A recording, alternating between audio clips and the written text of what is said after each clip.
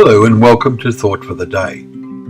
Our readings today are Genesis 28 and 29, Psalm 33 and Matthew 18. Our thought is it necessary that, certain things are necessary in our lives, such as clothing to wear and food to eat. Note how Paul made the point to Timothy, if we have food and clothing, with these we will be content.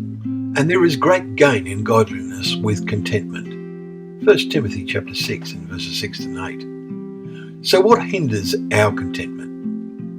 Now in today's 18th chapter of Matthew, Jesus told his disciples, Woe to the world for temptations to sin, for it is necessary that temptations come. We ask the question, why is it necessary? Wouldn't it be better if believers lived protected lives without anything tempting us? No, it wouldn't. When we make things, we test them to make sure that they are strong enough to be used for the purpose for which we made them. It may be that some part will break off. If that makes it useless, then we throw it away. But often, even with a part broken off, there is still a good use for it. And that is the point behind Jesus' parable, that if your hand or your foot causes you to sin, cut it off and throw it away.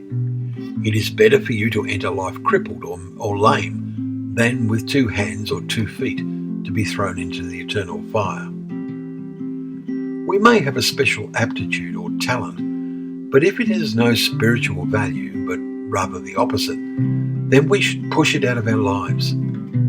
Let us make full use of the talents and opportunities we have, and not fret about others and our failures, and be in danger of being useless to God. Once again, our Psalms reading, 33, is valuable. Verse 10 refers to our time and is very applicable. The Lord brings the counsel of the nations to nothing. He frustrates the plans of the peoples. So efforts to achieve peace between nations and peoples are getting nowhere, as are efforts to take action to stop or at least minimize global warming. God is not only ignored, most push out of their minds any thought as to his existence. Does that influence you? Note the great truth of verse 12. Blessed is the nation whose God is the Lord, the people whom he has chosen as his heritage. The words of Jesus we read and thought about illustrate the elements of behaviour that really count.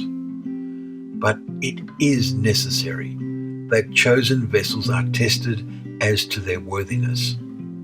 Are you passing the test? May we all be among those whom he chooses. May we help each other to pass the test.